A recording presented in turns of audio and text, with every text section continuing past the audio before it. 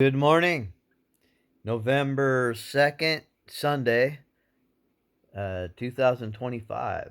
Alive in 25.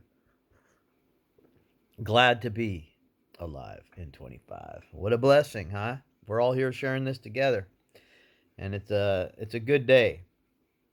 I my old pastor Leroy, my first pastor, I got had an encounter with God in a warehouse. I think it was 89. And I was at the end. I wasn't happy. I was really hurting. It's completely messed up. And I had an encounter with God, and I've never been the same. Doesn't matter what you go through,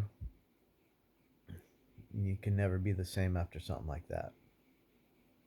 You can get all sorts of different ideas and take all sorts of trails, and sometimes some of them are dead ends. But yeah, so good. But Pastor Leroy, first Georgetown Gospel Chapel, first church. Called my mom because my knee was jacked. I couldn't walk. I couldn't skate at the time. And the car, Volkswagen Bug I had, wouldn't drive, so I couldn't get up to a church I'd went to a couple times, which wasn't the best church. It was a Baptist church because I wanted to get baptized. It's like this happened to me. I go, I gotta get baptized. So I go to a Lutheran church. I go, hey man, I gotta get baptized. I just walked in and some dude was sitting in an office. Like, I need to get baptized. I mean, a lot of churches would hope for someone to come in and want to be baptized. He goes, "Well, were you ever baptized before?" They're all like kind of like going to a government office. Well, were you? I said, I think maybe a grandma or something had me sprinkled. I don't know. I don't know. I really don't know. He goes, "Well, that would have been sufficient." I said, "No, I need something out, man. I need to get in on this. I'm in on this. Give me a guitar. I got to plug it into the amp." And he go anyway, so I left that, and there was a Baptist church across the street. It's right up kind of where the Fakies jam in West Seattle. It's right there. A Baptist church, actually right where we practice. And I said, Baptist church, they got to baptize. So I went there. He says, well, come Sunday. I go Sunday, and he's preaching some long-winded Baptist sermon. And I'm like, well, I love Jesus. I guess this is cool. Now, I went a couple times, and he was like, well, if you want to join it's like he wanted me to join the church in order to be baptized. His church. But the only thing going in that church, to be honest with you, he has a good looking daughter. And I remember she was a cutie. But I thought, no, that's not the reason I come to church. Imagine me being a Baptist. And he didn't baptize me. I said, screw that. So anyway, I called mom and said, Mom, my car's not working. I can't walk. Help me get. So I go, oh, I remember a church down the road. So I crutched like, you know, 12 blocks to this little Georgetown Gospel Chapel. Pastor Leroy. Come in, man. And church was great. He had this, his sister played the organ, Doris. And Leroy would sing, or Sam would sing. And Sam sang like this. He would sing, this one song I hated. Hold the fort, the Lord is coming. I'm like, what are we holding the fort for? What are you talking about? Give me a guitar, let me plug it in. And anyway, that song Leroy would sing, count your blessings, name them one by one. Count your blessings, see what God has done. Count your blessings, name them one by one. Count your many blessings, see what God has done. What a great church. I said, hey, afterwards, hey, man, I need to get baptized. Jesus, something happened. I still had a doobie behind my long hair, as I'm talking to him. God didn't deal with me on that one yet.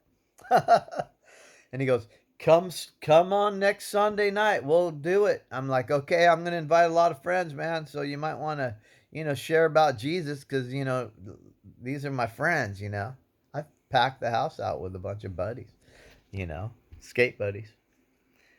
Got baptized, went in to get baptized, and Pastor Lee goes, hey, man, something really doesn't want you to get dunked. He said, I went to fill up the baptismal, turned it on and turned on the water, and it didn't the water was broken. The pipes weren't working. So I had to go to a hose from the place next door, where he lived, and get a few hoses through the window to fill the baptismal. But when he turned on the baptismal, I guess the heater was on and it fried the heater. So he goes, so the water's going to be cold. And he said, before all that happened, someone had flushed the toilet in the ladies' bathroom, flushed a diaper, and it overflowed all over. He said, it's been one heck of a day. I said, sorry about that. Appreciate being baptized. And that was a great time. Anyway, I don't know why I'm sharing that. You know, I'm a preacher, and I don't think I've ever finished a single point in all my life. They would, if I was a kid today, they would have me on all sorts of medications, pharmaceuticals, to try to keep me sitting still in a chair. I just still want to get a guitar amp and plug in, you know what I mean? Give me a guitar. Give me something to skate. We don't need to be all medicated. You know, thinking of the prodigal son when he came home to his father. You know, him and his brother said, you know, Dad, we consider you dead. We want our inheritance now. The father's so good he gives it to him. That's like our father gives to us our life. And then he goes and the younger one goes and spends it all on riotous living, man. He goes to the party, to the scene, to in a far off land, man. He's digging it. But once the cocaine's gone and the money's gone, the friends were gone, and then he's like nodding on 3rd Street, you know what I mean? And just getting by barely, and he comes to himself. He says, man, eating this pig slop ain't the way to go, especially being Jewish, eating pig slop. What a picture that is. And he comes to himself. Let us come to ourselves.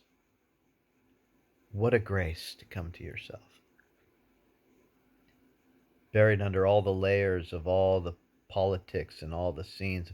You know, you might be waving a flag and yelling whatever you're yelling, but come to yourself. Ah. So he comes to himself, goes back to his father. His father looks and goes, my son. He didn't come out and said, I told you, son, that if you did that, it'd all be real bad on you. And you know, no. Grab a shovel and go to work with the servants.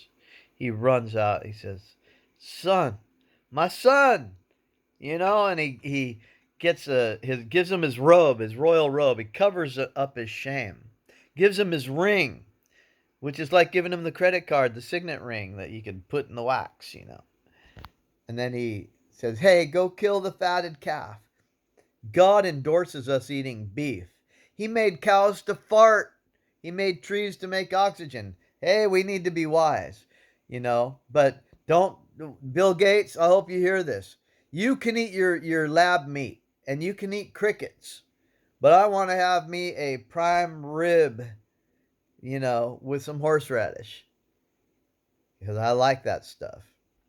You know, man, if the world goes all that way, I hope it happens after I'm gone, dead and gone, because I like to feast, you know, like the prodigal son, you know, and he sets a table before me with the finest, the finest wine, and the bread, breaking bread and cup of wine.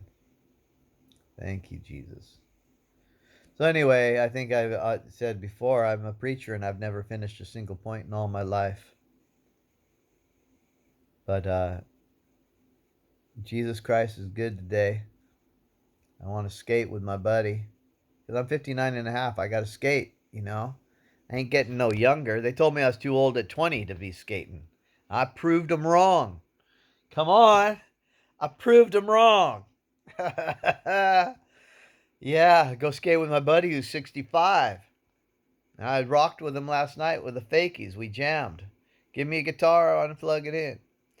And what a great life. What a blessing.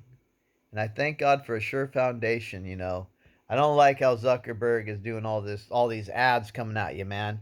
Surely, you know, eat this, the tree of the knowledge of good and evil. Invest in this, you know, be vested in this, you know, be steered away, be distracted, you know, from building your house on a sure foundation. Being single-minded on life. Everything else is just added to us. But the life we have is sacred, and it works with love. God bless you today. Have a good one.